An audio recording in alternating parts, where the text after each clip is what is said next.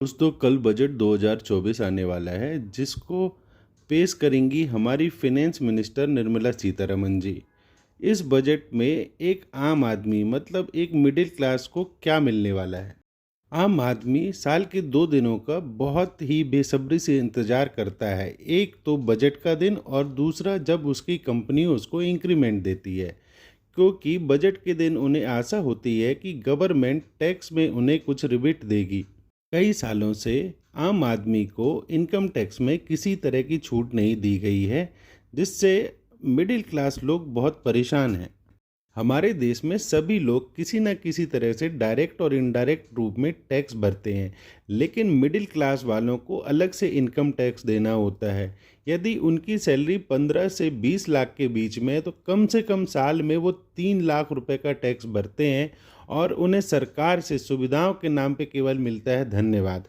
उन्हें किसी तरह की सुविधा नहीं दी जाती है। जो बिजनेसमैन हैं, सरकार उन्हें किसी न किसी तरीके से लाभ दे देती है, जबकि जो गरीब हैं उन्हें बहुत सारी चीज़ें फ्री सुविधाएं मिल जाती हैं। लेकिन मिडिल क्लास आदमी को इतना पैसा इनकम टैक्स के रूप में देने के बावजूद भी इनकम टैक्स डिपार्टमेंट या तो सरकार की तरफ से किसी भी तरह की कोई सुविधा दी नहीं जाती।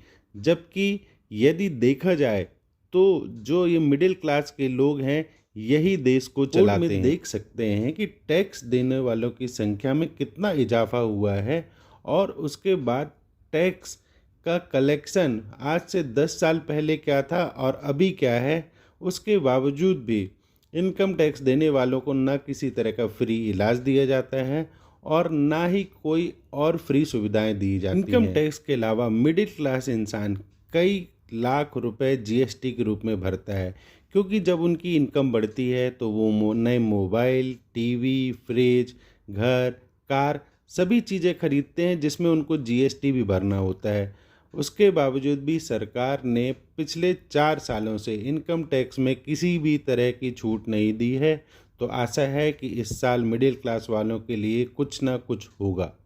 है कि जो बजट कल पेश होगा उसमें सरकार की तरफ से मध्यम वर्ग का ध्यान रखा जाएगा और टैक्स में छूट दी जाएगी।